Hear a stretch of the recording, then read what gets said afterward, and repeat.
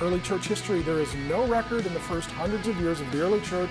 Were the kids in the room? Were they in another room? There's a lot of things in the church today that we know for a fact were not in the early church. They didn't have sound systems. We do. They possibly didn't sit in seats. They certainly didn't have pews. They didn't drive cars. They didn't have parking lots. They didn't have electricity. And they didn't have men's and women's restrooms. So we could get rid of all of that and say we're just being biblical. What to do with kids in church, it really is an open-handed issue. I can't picture Jesus saying, okay, kids, go to this way, go to this disciple, and what. It's a different culture. I understand the times, the seasons, but remember, it's about worship. So I think kids should stay in worship at least. And kids are in the service, and all kids need to go to the service, and mom's just supposed to be exhausted and try and duct tape the kids to the chair and keep handing them lollipops so they don't make noise, so that we all pretend that her kids are Jesus and they never have problems. If you've got a lot of kids and it's a lot of noise, maybe you need a children's church.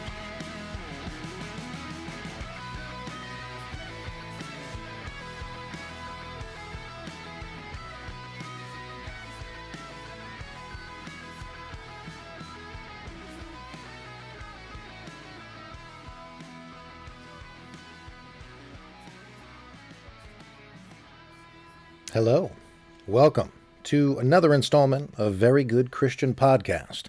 I am not Blair Davis. I am not Grizzly Adams. Nice, but you look like it.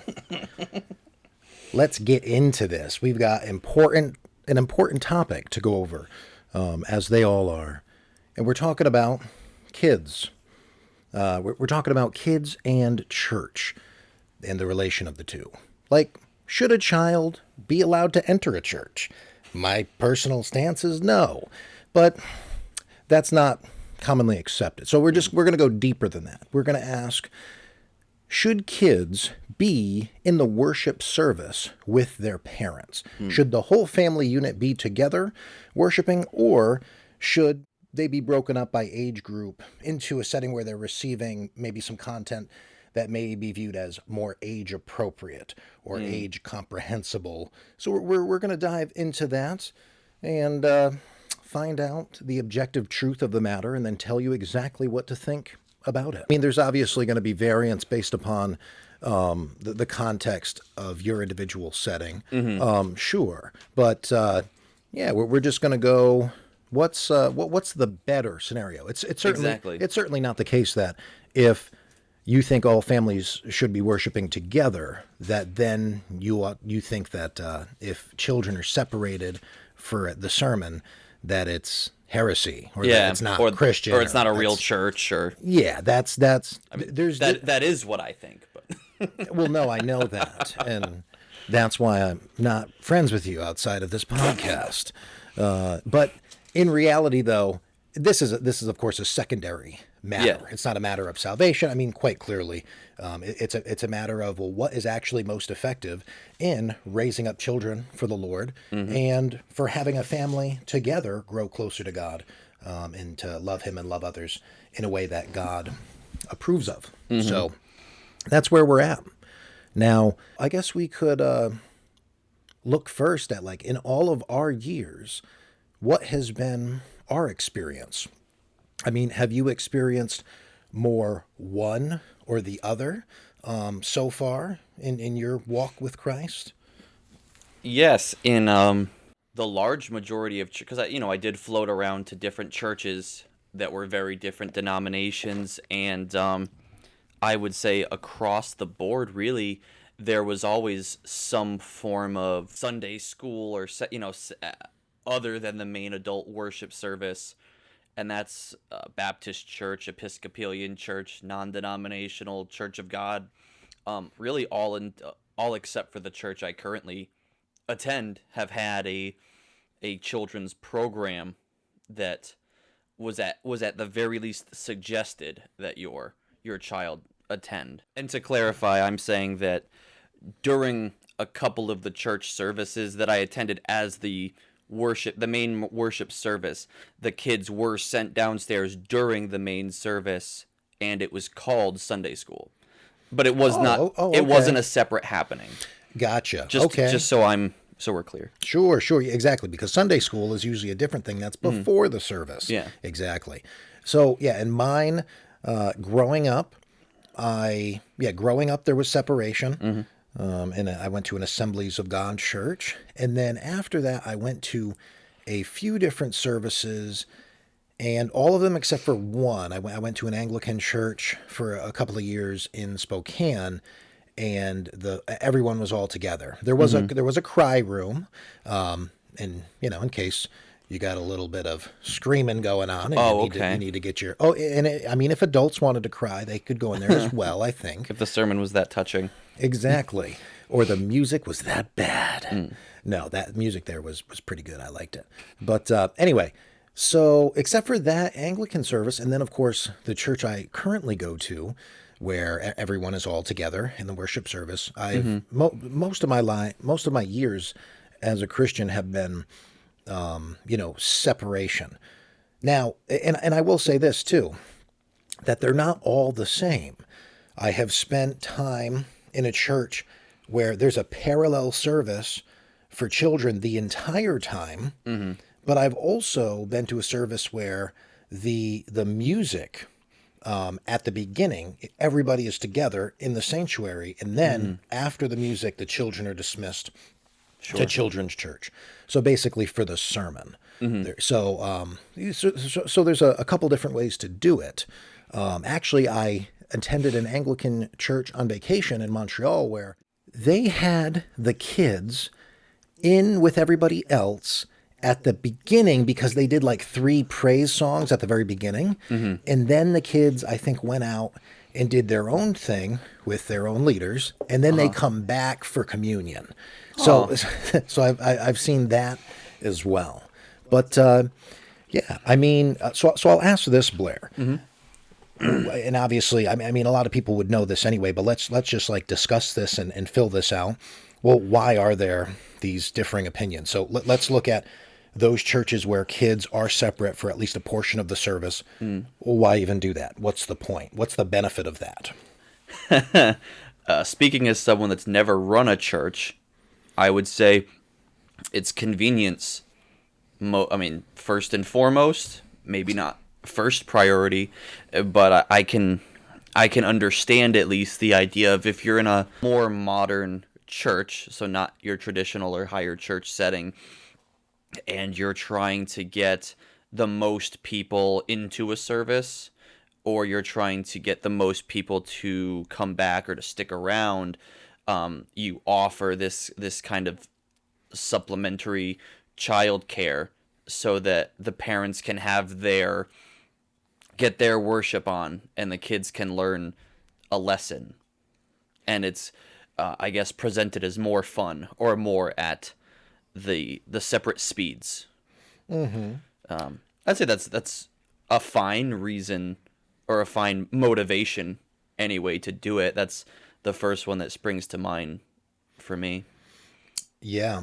I know as, as someone who's worked at a church, and then my wife running children's ministry and also coordinating volunteers, that there is, an aspect of benefit for the parents, because if you have young kids and you're like, trying to wrangle them the whole time, it's distracting you. And so the parent is able to focus on the Lord. They have a little bit of time without their children. I mean, and let's be real about it. Even if we have a very positive description of that style, it is also somewhat appealing, because especially if you have a lot of kids, it's a couple of hours, without having to take care of your kids, because it can be stressful. So there is an element of that it's is a relief.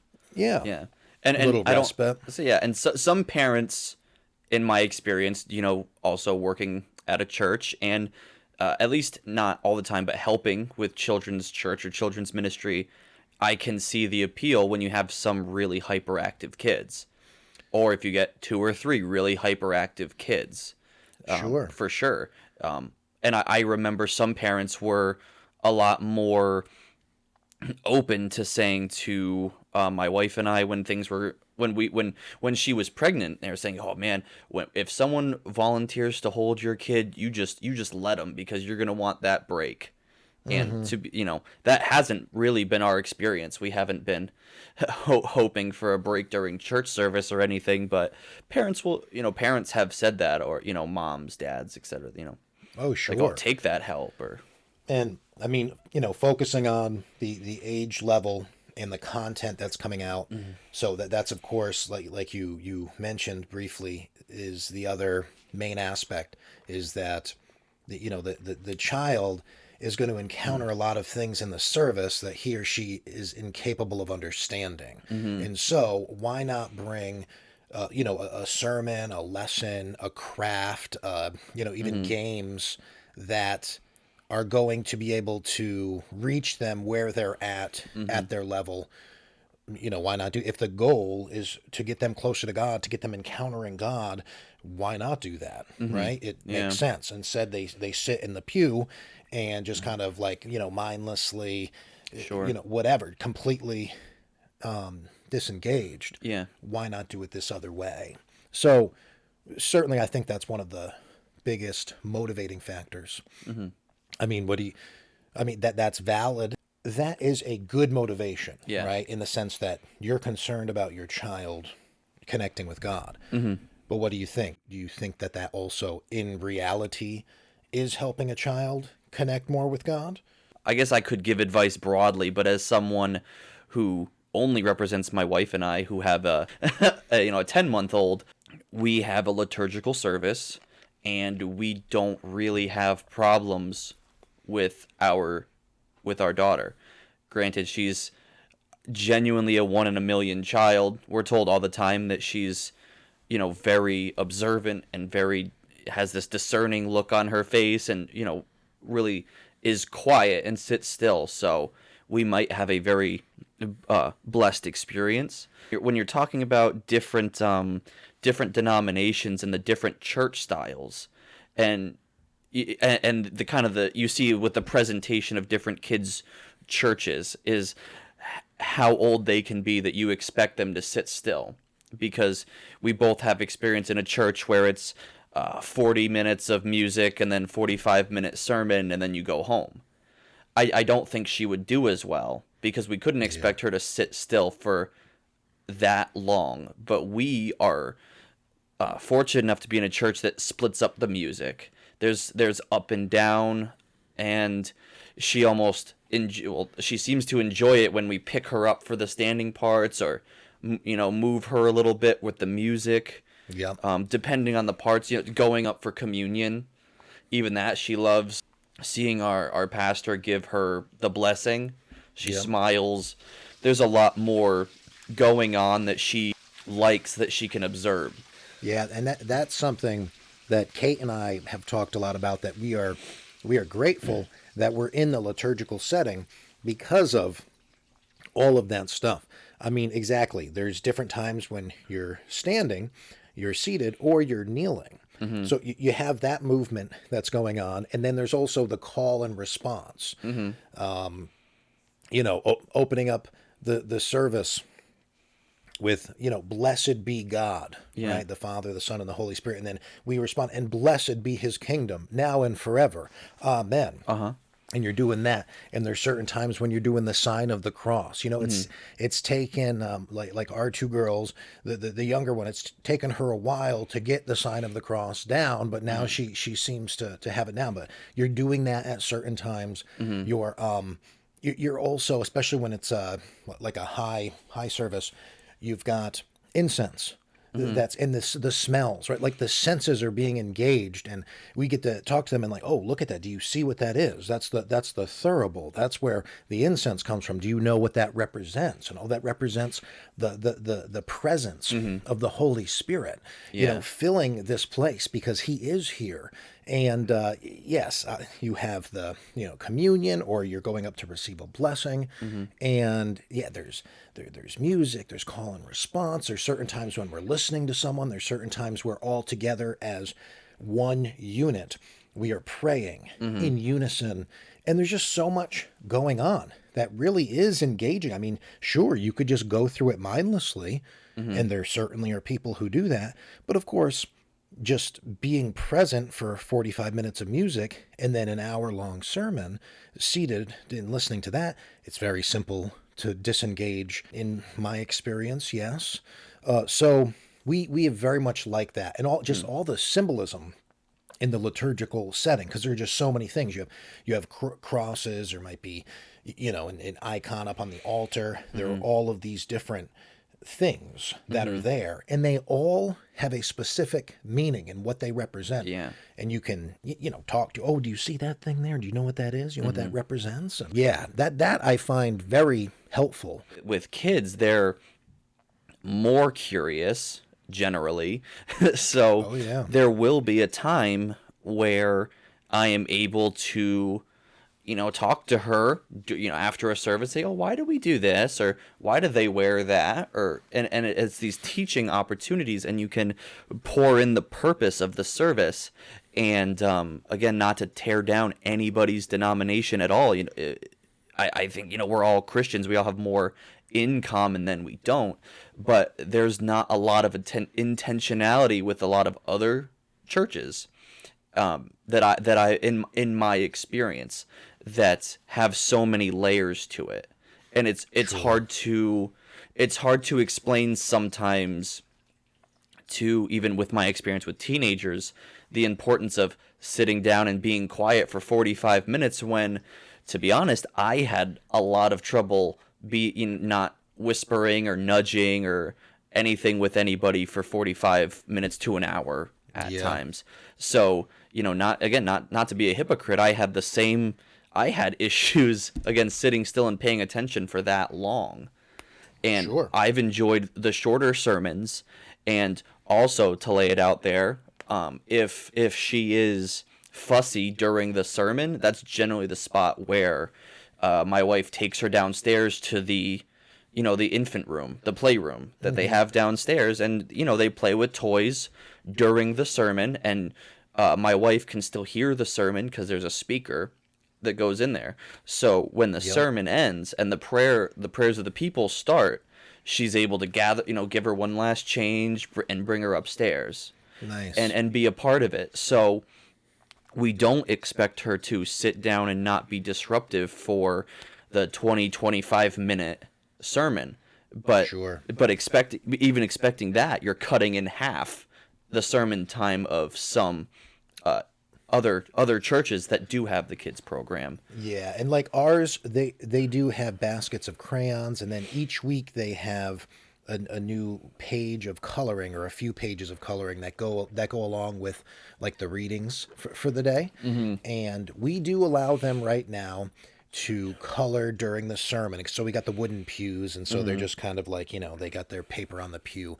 And we're allowing it right now, especially because at the very beginning, when they first started going, especially our younger daughter, it was, it's an hour and a half.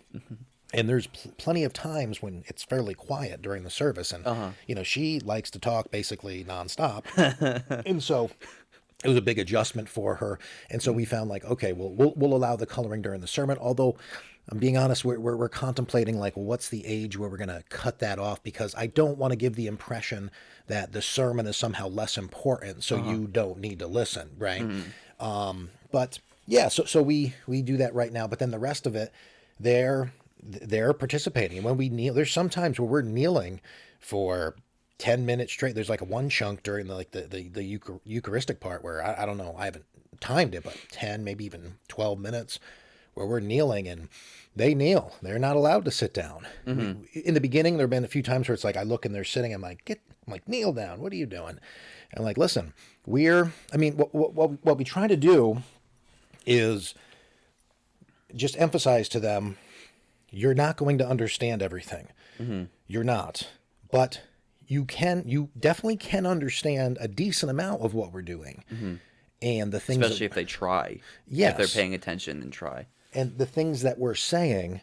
But what you need to know is that this is the most important thing that we're going to do all week. We're going to gather together with the people of God and worship Him and glorify Him. And what we're doing is immensely vital. I'm not using those words, but it's just so crucial that we're here and that we're plugged in and that we're focused on God. And even if we're having a difficult, like the secondary thing is, even if we're having a difficult time paying attention, we need to be thinking about the people around us. If we're talking, if we're moving around and making a bunch of noise, then we're actually taking other people's eyes off of God, and we can't do that. So they've done, like, overall, they've done very well. I mean, we've had some issues where, like right now with our youngest, we kind of like have our hands on her shoulder when we go up for her to receive the blessing, because she was like, turning around and walking backwards up to the front, or like spinning when he's going to bless her. And then, people laugh about it because she's a little kid, but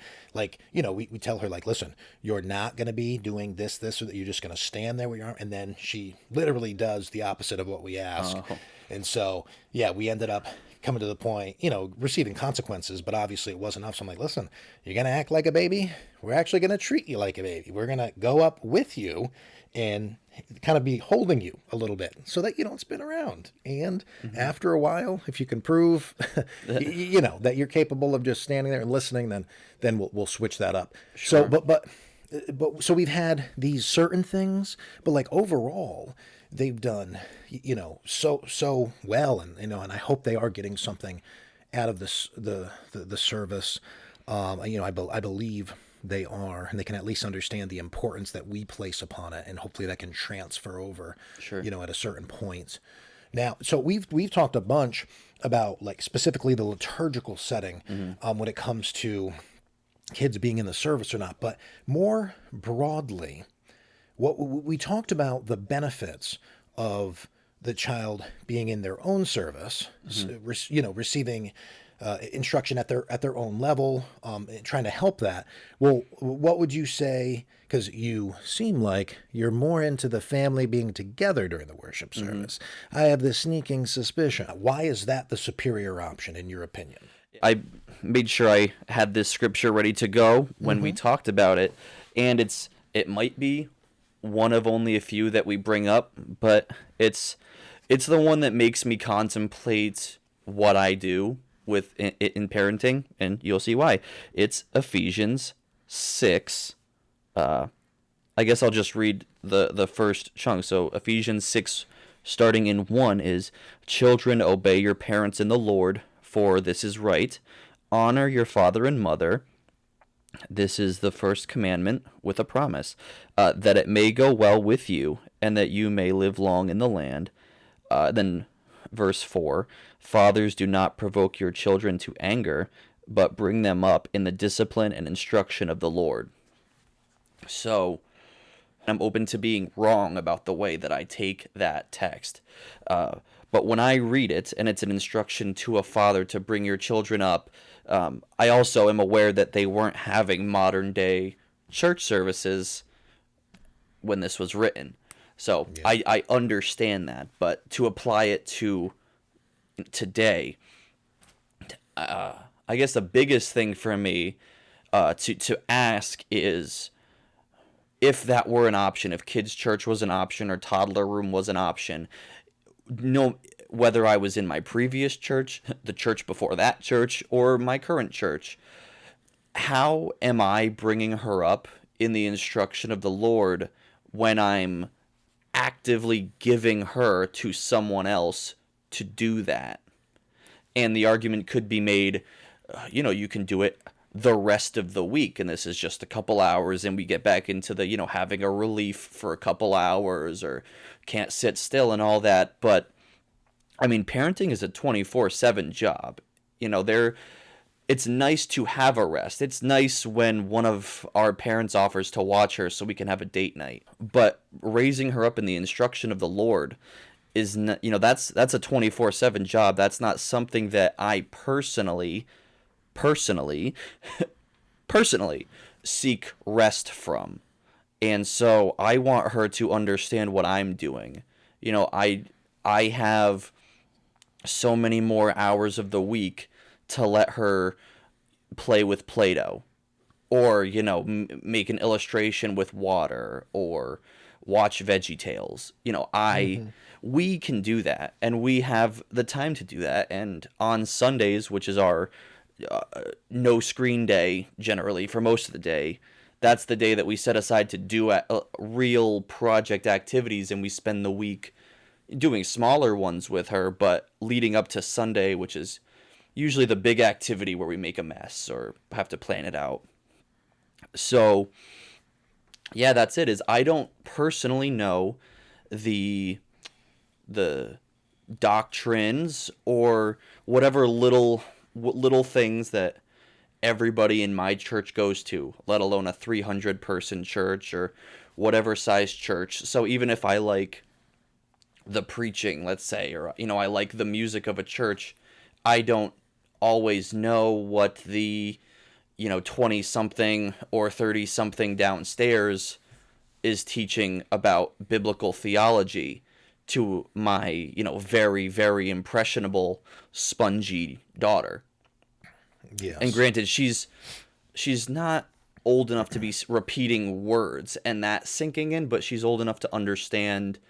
For example, if we're there on Sunday, she knows that we take her upstairs at our church. But if there was a kid's playroom and she would associate church with the playroom, and then eventually it doesn't become a playroom, it's not a playroom anymore, and it's boring old adult time or something, and it's not, then she might associate church negatively.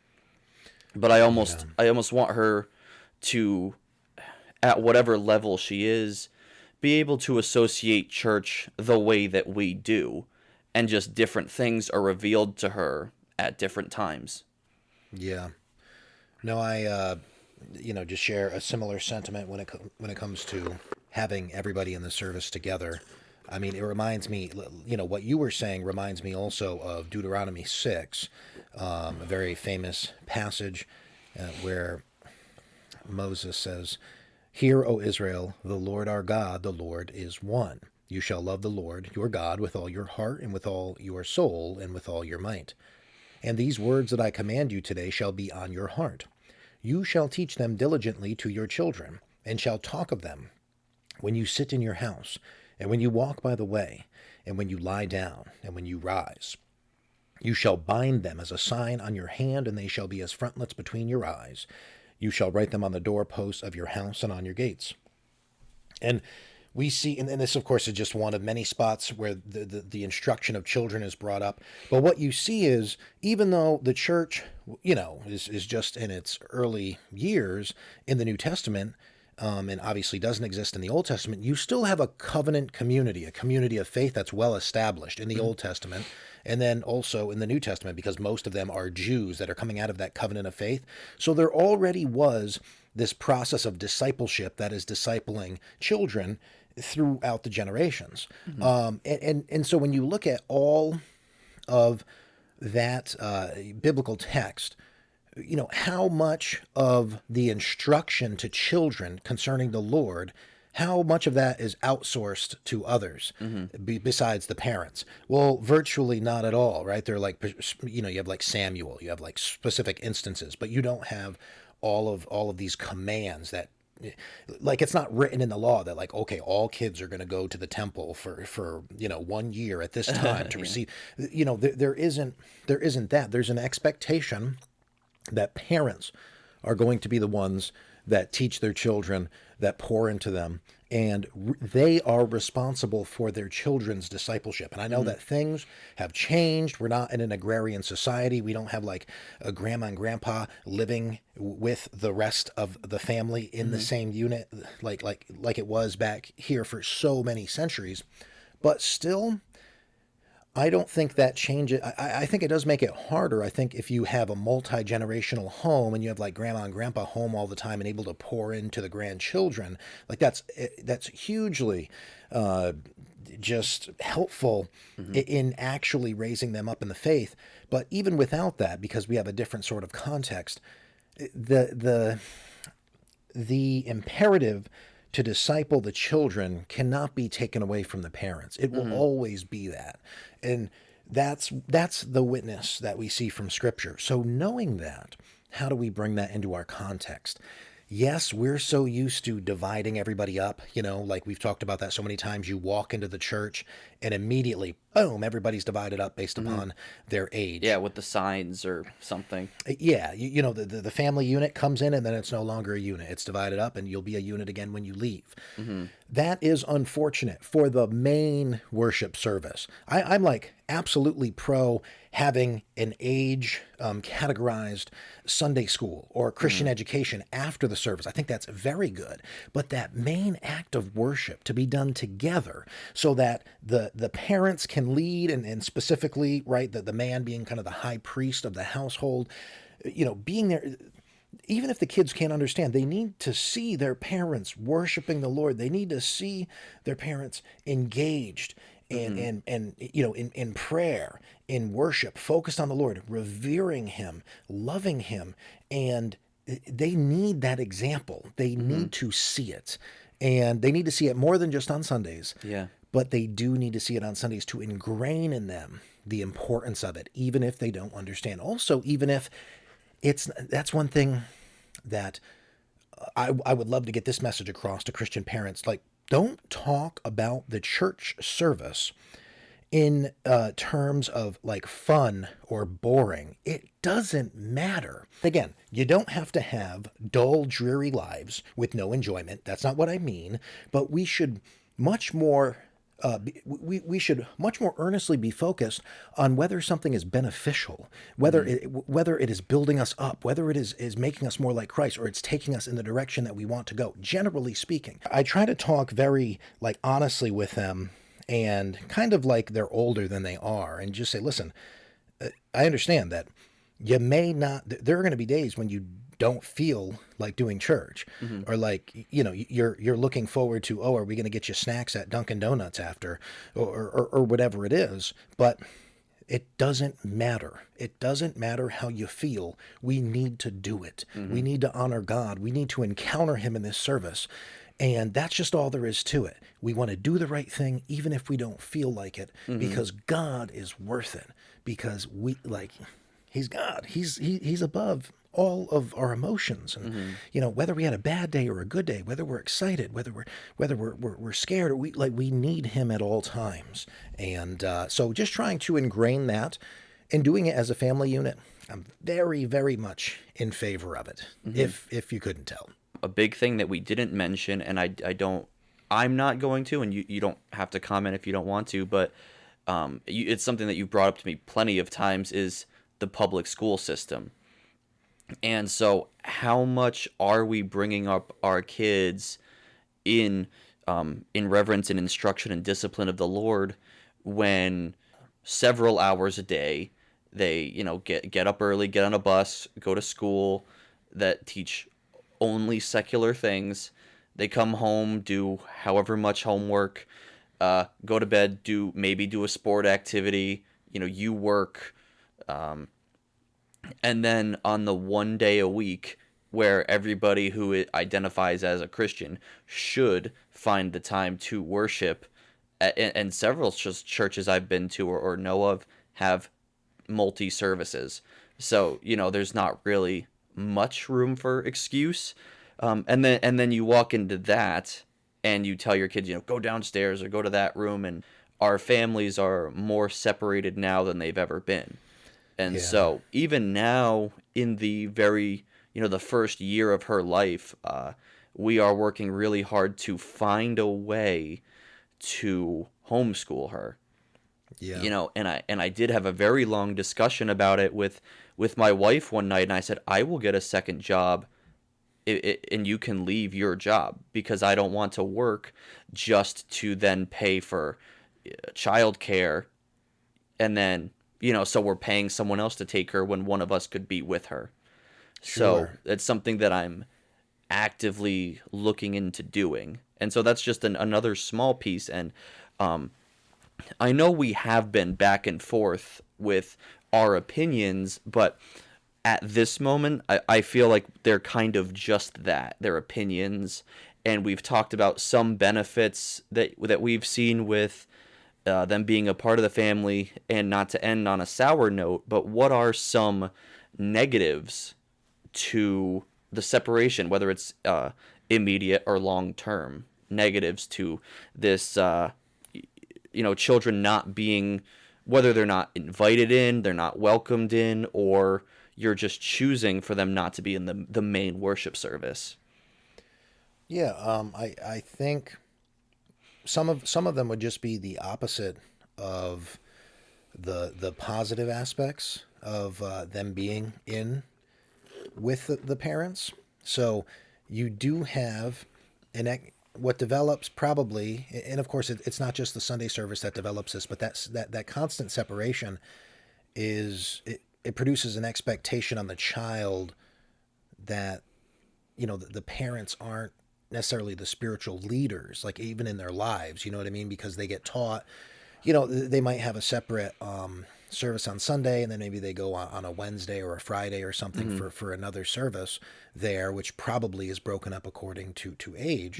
And so they're used to the youth pastor or the children's ministry leader being that kind of spiritual person that leads and guides them, rather than seeing the parent like that. And of course, this is just generally speaking. If parents are really doing a lot of discipleship in the home, this probably wouldn't be the case. But unfortunately, there's not a lot. Most people see the ministers at the church as the person that like disciples everybody, including their children. And it's unfortunate. It's definitely not biblical.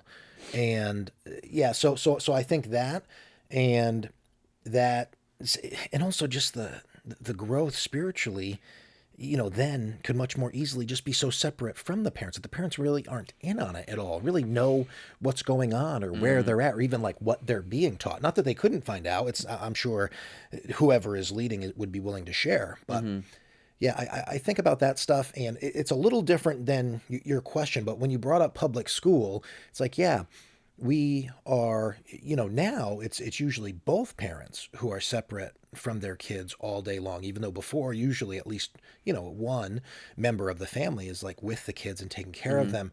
And it's like we've been conditioned to just accept and expect the separation of our family into smaller units, and the separation of the parents from the kids. One thing that we really need to do is to just examine all of the stuff that we do in our lives and ask ourselves, well, why do we do this? Too frequently we just go with the flow. Well, this is the way it is. This is the way things are done. But really think about that. Correct. If you work full time and your spouse does as well, and your kids are away from you for hours and hours and hours every day, and yes, coming home and having all this busyness that is not really quality time spent with each other, and then that one major spiritual act of going to church, boom, separated again for that as well. It's like that is a lot of separation.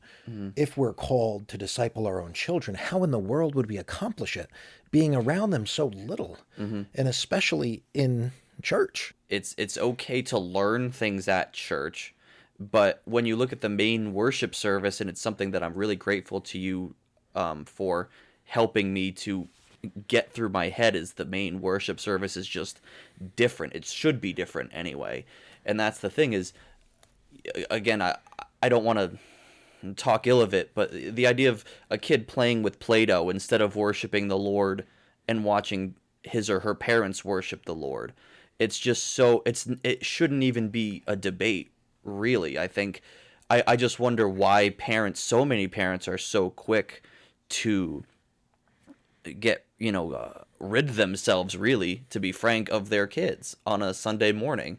Because then, at best, you're saying, if you have your Monday through Friday 9 to 5, you're saying, yeah, Saturday's good enough to be with you. And then sometimes maybe they slept over a friend's house. It's just, there's so much cultural stuff that gets mixed in, and those things aren't bad things.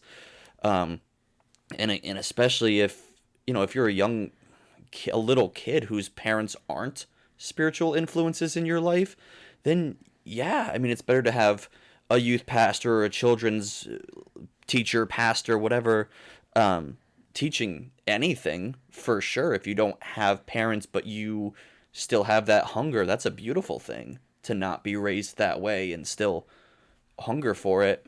But yeah, like you said, with conditioning, we're just conditioned to want to be separated or expect to be separated without even knowing it. And it's no big deal. It's just Yeah. the way it is. We don't stop to think, maybe we should push back against this. Yeah. Maybe we ought to be together Yeah. more. And so maybe even we look like the jerks for making this episode, should kids be in service? And I personally am not looking down on any parent, because that's the thing, is it is conditioned, and I probably would be doing the same things if I was at one of my former churches and the option was available. Yeah. I consider myself blessed and fortunate that it's not an option, and that if it is, again, when my wife takes our daughter to the playroom, it's for a very short period of time, and it's only when she is fussy or hungry or has a lot of energy. I'm not looking down on anybody, because again, it is this it is a conditioning, and it's something that's so far in the back of our heads that we're not even thinking about it. So I would certainly love to see more families in the service, when you can have more people in the same room. Sure. And remember also, if you go to a church that has a simultaneous children's service, it's usually not the case that they're forcing your children to be in there. You can have them with you in the sanctuary. That's been my experience. Mm-hmm. So certainly, I just want, maybe my last point is just to reiterate that. Examine the things that you do, especially when it comes to your spiritual practice and you living out your faith and leading your family. Mm-hmm. Really examine it. Think critically about it.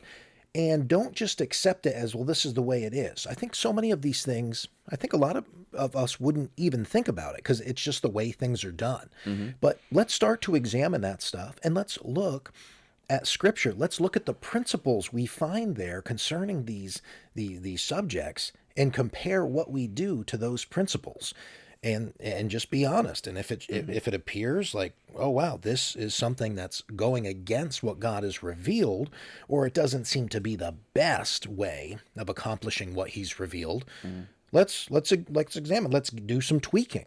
Mm-hmm.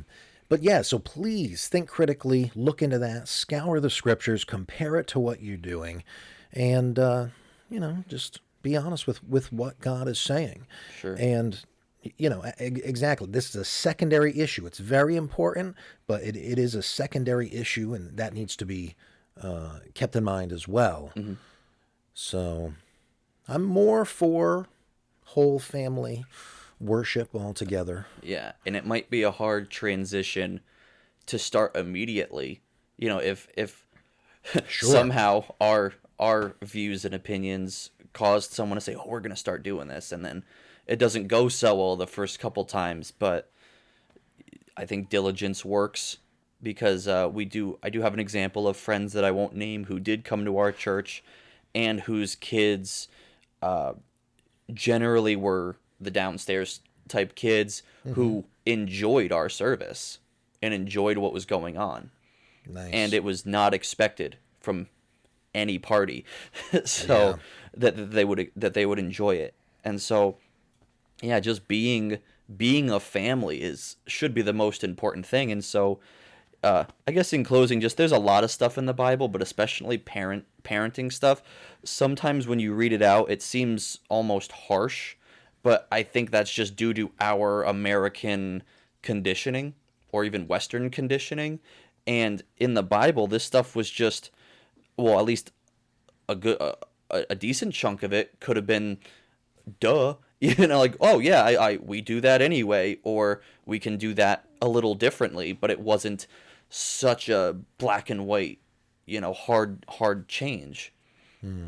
So looking at it from that perspective, it is on us as parents. We do have responsibility, and it's greater than a lot of us are accepting, at least that we know about.